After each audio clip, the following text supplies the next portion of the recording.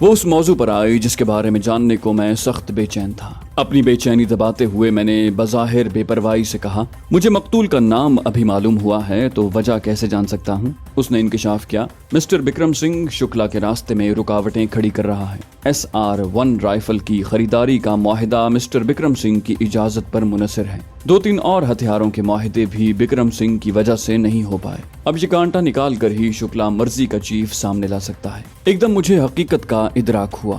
شکلا اب اتنا طاقتور ہو گیا تھا کہ چیف آف آرمی سٹاف پر ہاتھ ڈالنے پر تل گیا تھا۔ لورا براؤن کی صورت میں اسے یہ تدبیر سوجھی، اور لورا براؤن اپنے ہتھیاروں کو بیچنے کی وجہ سے اس حد تک چلی گئی تھی۔ انڈین آرمی سے معاہدہ ہونے پر کثیر تعداد میں SR-1 رائفلوں کا سودا ہو سکتا تھا، البتہ وہ خود کو آمادہ نہیں کر سکی تھی۔ صرف ایک آدمی کو سنائپنگ کی تربیت دینے پر بمشکل تیار ہوئی تھی۔ میں خود بھی اس حد تک نہیں جا سکتا تھا۔ انڈین آرمی کے چیف پر حملہ کوئی معمولی بات نہیں۔ پاکستان آرمی ایسے کام کی اجازت بالکل نہ دیتی، کیونکہ ایسا ہونے پر دونوں جانب کی ایجنسیوں کے لیے صرف یہی کام باقی رہ جاتا کہ ایک دوسرے کے سپاہ سالاروں کے قتل کی منصوبہ بندی کرتی رہ جاتی۔ عالمی سطح پر بھی پاکستان کی نہ صرف بدنامی ہوتی بلکہ جواب دہی مشکل ہو جاتی۔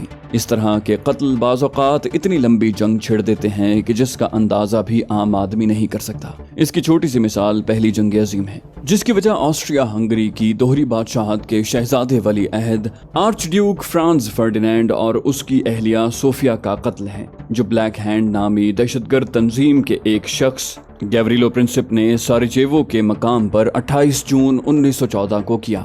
گو اس جنگ کی درپردہ کئی وجوہات تھیں، مگر شروعات کے لیے یہی قتل وجہ بنی۔ البتہ دھریندر شکلا کی بات اور تھی۔ وہ حکومتی عہدیدار نہیں تھا، آرمی سے ریٹائرڈ ہو چکا تھا، لیکن دہشت گردانہ کارروائیوں کا روح رواں تھا۔ اس کے ساتھ ایک باپ کی شفقت اور محبت کا قاتل تھا۔ پاکستان آرمی یا حکومت کو اس کے قتل میں دلچسپی نہ بھی ہوتی، انصاری صاحب اسے معاف کرنے پر تیار نہیں تھے، اور اس کے مظالم کا جو نقشہ انصاری صاحب نے کھینچا تھا، اس کے بعد اس کے قتل میں تاخیر کرنا خود مجھے بھی گوارا نہیں تھا۔ البتہ بکرم سنگھ پر میں کسی صورت گولی نہیں چلا سکتا تھا، بلکہ میں تو کسی عام بندے پر بھی گولی چلانے پر تیار نہیں تھا، اور ذہنی طور پر فرار کے لیے تیار ہو گیا تھا۔ اب لورا براؤن کی مصیبت گلے پڑ رہی تھی، جو میری راہ میں روڑے اٹکا سکتی تھی۔ مجھے سوچ میں گم پا کر اس نے میری آنکھوں کے سامنے ہاتھ لہرایا۔ کیا ہوا؟ میں چونکتے ہوئے بولا، آپ نے مجھے پریشان کر دیا ہے۔ وہ بولی، تمہیں پریشان کرنے نہیں، حوصلہ بڑھانے آئی ہوں، اور چاہتی ہوں تم مسٹر گپتا سے سنگن لینے کی کوشش کرو، کہیں شکلا مجھے دھوکے میں رکھ کر صرف اپنا الو سیدھا کرنے کے چکر میں تو نہیں۔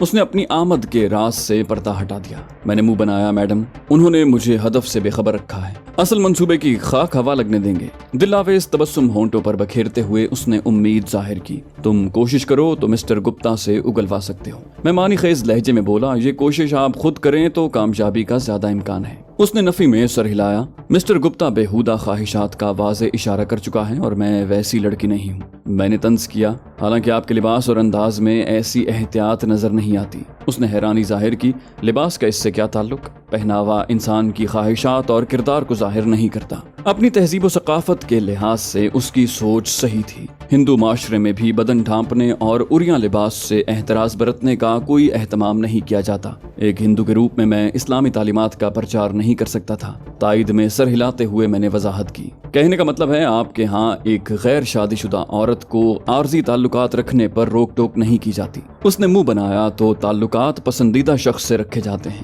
کسی معاہدے کے حصول کے لیے بدن کا دسترخوان نہیں سجایا جاتا۔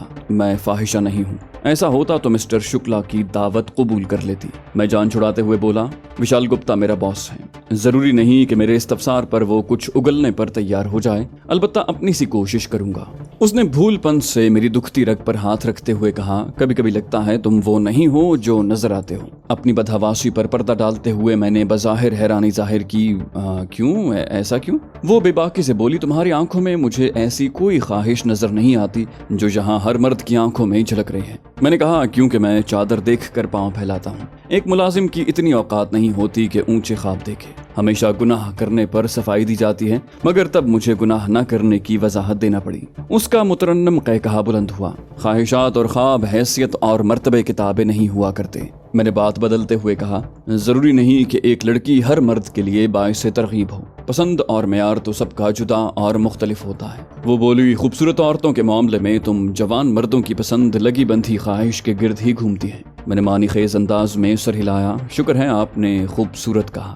وہ قدرے برہم ہوئی، تو میں بدصورت ہوں؟ میں نے کہا سب کا وکیل نہیں ہوں کہ اپنی پسند کو بنیاد بنا کر آپ کی خوبصورتی یا بدصورتی کا سرٹیفکیٹ جاری کروں۔ اس نے موضوع تبدیل کیا۔ تو امید رکھوں کہ کوشش کرو گے۔ میں نے کہا ایک بات پوچھوں؟ اس کی استفہامیہ نظریں میری جانب متوجہ ہوئیں۔ میں نے کہا زیادہ تو نہیں جانتا، مگر جہاں تک اندازہ ہے SR1 بہترین رائفل ہے۔ اگر شکلا صاحب کو خریداری میں دلچسپی نہیں تھی تو آپ کہیں اور گاہک ڈھونڈ لیتی، بلکہ براہ راست بکرم سنگھ سے بھی رابطہ کیا جا سکتا تھا۔ مجھے ٹالتے ہوئے بولی، تمہاری کھوپڑی میں جو چھوٹا سا دماغ ہے اس پر زور نہ دینا مفید رہے گا۔ میں نے کہا حیرانی ہے کہ میری کم علمی سے آگاہی کے باوجود مجھے اتنی اہم ذمہ داری سونپنے چلی آئیں۔ وہ تانازن ہوئی، تمہاری استاد ہوں، میرا کام تمہاری پہلی ترجیح ہونا چاہیے۔ میں نے منہ بنایا، اس سکھلائی کے پس پردہ آپ کا ذاتی مفاد ہے۔ گہرا سانس لیتے ہوئے اس نے مجھ پر شاہ کی نگاہ ڈالی اور دروازے کی طرف بڑھ گئی۔ میں نے آواز بلند کہا، اپنی سی کوشش کروں گا، مگر وہ رکی نہیں تھی۔ میں رات گئے تک جاگتا رہا۔ لورا کی رضامندی میری سمجھ سے باہر تھی۔ آخر ایسی کون سی مجبوری تھی کہ وہ اتنا خطرہ مول لینے پر تیار ہوئی؟ آرمی چیف کی موت چھوٹا معاملہ نہیں تھا۔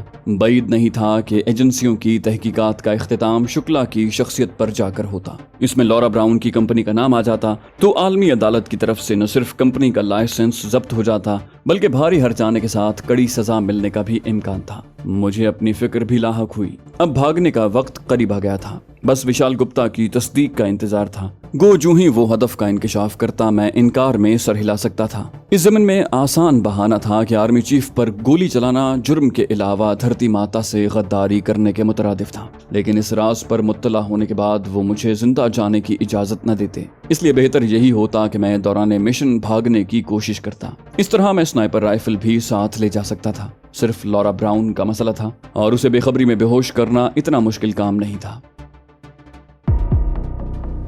اگلے دن لورا سے ملاقات نہ ہوئی۔ یقیناً وہ خفا تھی۔ میں نے بھی اس کے کمرے کا رخ کرنے کی ضرورت محسوس نہیں کی تھی۔ صبح سبززار پر بھاگتے وقت میں نے دور سے اسے تیراکی کرتے دیکھا۔ وہ صبح کے وقت باقاعدگی سے تیراکی کیا کرتی تھی۔ میں دوپہر کو یہ شوق پورا کرتا کہ صبح کے وقت اس کی موجودگی میں ایسا کرنا مناسب نہیں تھا۔ دوسرا، دوپہر کی گرمی میں تیراکی کا الگ ہی مزہ تھا، اور اس کے بعد بھوک بھی خوب کھل جاتی ہے۔ ہمارا اجتماع رات کے کھانے پر ہوا۔ وشال گپتا اپنے منصوبے کے ساتھ پہنچ گیا تھا۔ کھانے کے بعد ہم نے لورا کے کمرے میں بند ہو کر وشال گپتا کا منصوبہ سنا۔ تفصیلات سنتے ہی میرے دل کی دھڑکن بڑھ گئی۔ بکرم سنگھ دھریندر شکلا کے ہاں ایک اہم تقریب میں شرکت کے لیے آ رہا تھا۔ وہاں اس نے 1 گھنٹہ گزارنا تھا۔ گھنٹے کے دوران ایک سنائپر کو اسے نشانہ بنانے کے کئی مواقع مل سکتے تھے۔ حفاظت کا سخت انتظام تھا۔ شکلا کی محل نما کوٹھی کے 1 کلومیٹر کی حدود میں آنے والی اونچی عمارتوں پر تو سخت پہرا تھا، اس سے زیادہ فاصلے کی عمارتوں کو نظر انداز کر دیا گیا تھا۔ یوں بھی بکرم سنگھ کی آمد مخصوص افراد کے علاوہ کسی کے علم میں نہیں تھی۔ آرکیڈ کا فاصلہ شکلا کی کوٹھی سے 1.5 کلومیٹر کے بقدر تھا۔ اس کی اونچائی 500 فٹ یا 150 میٹر تھی۔ 45 منزلہ عمارت کی چھت سے دکھاؤ کے عمدہ آلات کی موجودگی میں دھریندر شکلا کی کوٹھی کا سبززار واضح نظر آ سکتا تھا۔ منصوبہ بے داغ تھا۔ ایک اچھے سنائپر کو وہاں سے نشانہ سادھتے ہوئے ذرا بھی دقت نہ ہوتی۔ فائر کرنے کے بعد فرار ہونا بھی مشکل نہیں تھا۔ انڈیا کی پولیس یا ایجنسیاں اتنی تیز رفتار نہیں تھیں کہ آنن فانن عمارت کو گھیر لیتی۔